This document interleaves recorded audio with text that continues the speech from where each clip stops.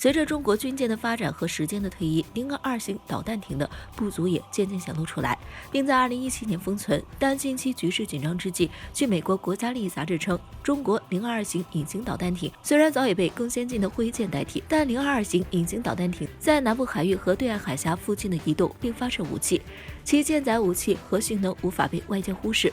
据悉，022型导弹艇的外形设计，即使搁在现在看也是非常前卫科幻，即使被封存后，依旧被不少居民喜爱。这种外形设计更为突出隐蔽性，采用一系列垂直结构，上层建筑群多个大倾角，连桅杆都做成迎风多面体形状，将雷达发射波分散开来，通过弱化雷达回波来达到隐形效果。舰体开口用卷帘门、百叶窗遮盖，船桥内观察窗采用隐身锯齿设计，其推进方式也采用喷水装置推进，避免常规螺旋桨推进产生剧烈空跑，将噪音经过涵道屏蔽，集中以后从后方传出。这些设计让中国022型的隐形效果得到了重大提高。在多次的演习报告中，中国022型舰艇以其本身雷达红外特征弱的优势，躲过多枚导弹攻击。022型导弹艇巡航速度30节，以35节航速前进作战，半径可达405公里。同时，舰载武器有地对空导弹，最大射程可达8000米的俄国 AK630M12型的30毫米6管高射速炮、鹰击83导弹以及中国海域的宽度，一旦发生海上冲突，022型都能以最快速度赶到，并对敌人发起猛烈攻击。在当时中国海军实力情况下，中国022隐形导弹艇的出现意义非凡，单艇出击或者集体出击都能够在海上巡逻机的数据链下打击敌方大型舰队，极大的提高了中国海军近海防卫能力。据悉，刚开始研发时的确以中国领海宽度考虑对岸海峡情况，届时可以让022型导弹艇借海峡高海浪的掩护，在海峡内持续进行有效的侦察和监视，为后方指挥部提供有效信息，比如低空掠海目标、海面小目标、海岸目标等有效信息，并使用多用途导弹辅助打击。据环球时报早年的报道表示，中国一支快攻艇队自2004年以来就已成立，全面攻防、防空和反恐方面的培训，并指出对分裂主义者和南部海域起到强大的威慑作用。这些情况下，美媒对中国022隐形导弹艇产生了一定的忧虑。分析解剖其危险性后，国家利益杂志认为022型隐形导弹艇高机动性和隐形接近性不可否认，但利用小船攻击深水的想法在蓝色水战领域是一个复杂的概念。相比之下，055型制导导弹驱逐舰更具优势。最后，022型导弹舰艇对我国海军发展还是有一定的意义，曾在短短7年就可以建造83艘，组成快攻舰艇，在这段时间内巡视沿海，为海上安全付出一份力量。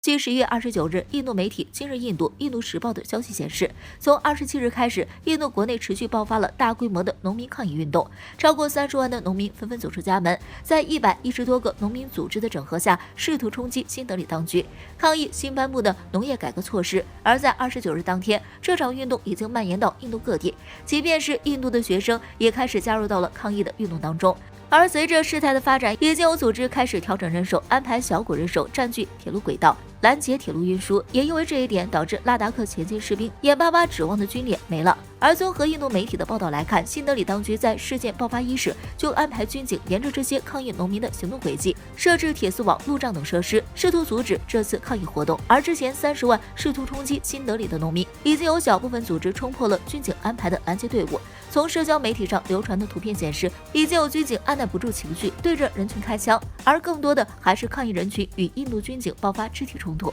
需要指出的是，之所以出现这种大规模的农民运动，目前主流的分析是基于2个方面。一个是印度长久以来的制度导致的，印度国内拥有9亿农民，土地却集中在少数人手中，再加上这些农民基本就是印度社会中最底层的不可接触之人，达利特。这些人因为种姓制度不敢反抗，活不下去就试图自杀。仅2019年1年时间，印度农民的自杀记录在案的案例就超过1万起。而如今因为新冠问题导致的封锁，更是对农民生存状况的雪上加霜。因此在一些农民组织的鼓动下，抗议运动很快就成规模的出现，并在印度国内多点开花。另一个就是在今年9月份，新德里出台了3份新农业法案。因为新冠导致的经济崩溃，新德里如今已经无法拿出足够的资金对农业进行最低价补助，因此新法案中提到可以由大企业自行对农产品进行定价处理。换而言之，这直接打破了农民生存下去的经济环境。大企业自行定价也意味着对方可以随意定制收购价格，这是很多农业组织无法忍受的底线。当然，如今印度混乱局势已经出现，新德里会如何处理还不得而知。不过有网友就调侃，这下好了，这么一个运动下去，新冠或成最大赢家。据印度媒体《欧亚时报》10月29号报道称，定义未来战争的关键领域已经掌握在中国和俄罗斯手中，美国即将落后，而且美国自己也在其2020年军事报告中承认，并且预计中国将会在2049年成为世界一流，并且印度媒体指出，因为中国的不断强大，美国将会不再是唯一主导的力量。不过，美国已经意识到了这个现象，所以美国想要在未来战争中继续获得胜利，那么必须保持与中国和俄罗斯的相同步调。这篇文章主要援引的是美国国防部提交的2020年度报告，虽然其中还是有很多夸大其谈，但是其中的一些事情确实是实话，值得一看。那么中国和俄罗斯在哪一方面超越了美国？印媒给出的答案是高超音速武器、人工智能领域，中国被视为世界上第一个 AI 超级大国。另外，在军事中的区块链上，中国和俄罗斯都有超越美国的能力。或许不久后，美国就会被超越。首先，高超音速指的是最大飞行速度超过音速5倍以上。如果从高超音速武器上来看，中国目前已经部署的东风17，俄罗斯已经部署高超音速导弹匕首，并且锆石也在测试中，估计离正式部署也不远。而美国目前虽然已经测试了高超音速导弹，但是目前还没有任何已经部署的消息。从这一点上来看，美国在这一方面确实有些落后中俄两国。其次，人工智能领域在军事上的用途范围十分广泛，其中无人机一度被称为将会改变未来战场模式，这也是军事上对于人工智能领域运用的一种。而且前段时间，中国还预计在火箭上加入人工智能，研制会学习的人工智能，并且预计会在2025年完成全部运载火箭的改装。由于人工智能本身是新兴领域之一，各国都在这一块进行摸索，所以大家基本上差距都不大。而近些年，由于中国经济的逐渐起步，在人工智能领域上的投入也越来越多。根据华盛顿西雅图艾伦人工智能研究所表示，在世界所有关于人工智能领域运用的论文中，位于前10%的论文中，中国人的论文占据比例越来越多，而且预计在明年有望超越美国。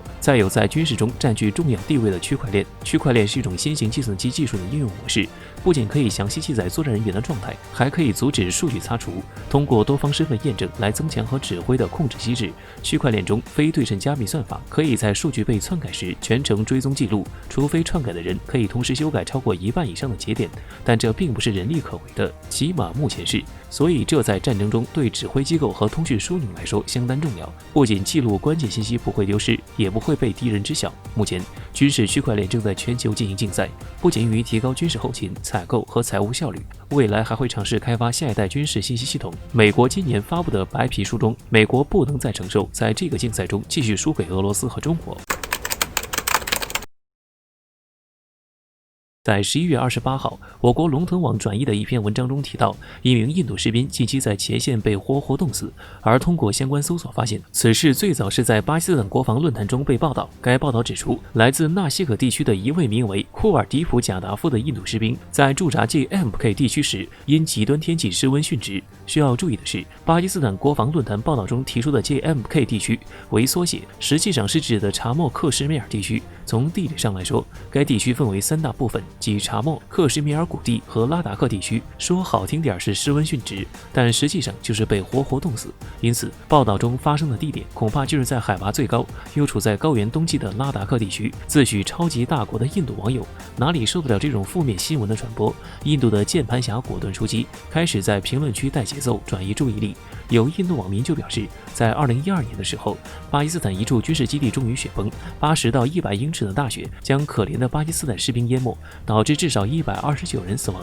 而更有甚者，从台媒翻找出一篇造谣文章，声称中国前线士兵在努力与劣质的防寒服做斗争，并为此付出了沉重代价。很有意思的是，因为弯弯的这个谣言，有国际网友就讽刺，如果追踪一下印军从美国订购的防寒服，也许就会发现，这些其实最早都来自于中国义乌或者温州。如果你认为中国的新防寒服质量差，那么美军的装备将同样差劲，而印度会更差，因为那些还都是二手货。实际上，不光是印度的键盘侠在网上通过这种抹黑中国后勤的方式来给予自己讨回面子，就是印度官方也开始在睁着眼睛说瞎话。在24号，就有媒体指出，印度情报机构出具报告显示，中国在高原前线修建了大量的后勤设施，其中包括了大量的娱乐设施，比如温泉游泳池、健身中心、网吧等等。然而，该机构对于此事的分析却成了中国士兵因为极端天气，所以士气低迷，因此中国军方不得不为前线建设大量的娱乐设施，鼓舞士气。很显然，从上到下，印度似乎始终有着一系列的精神胜利法来鼓舞自己，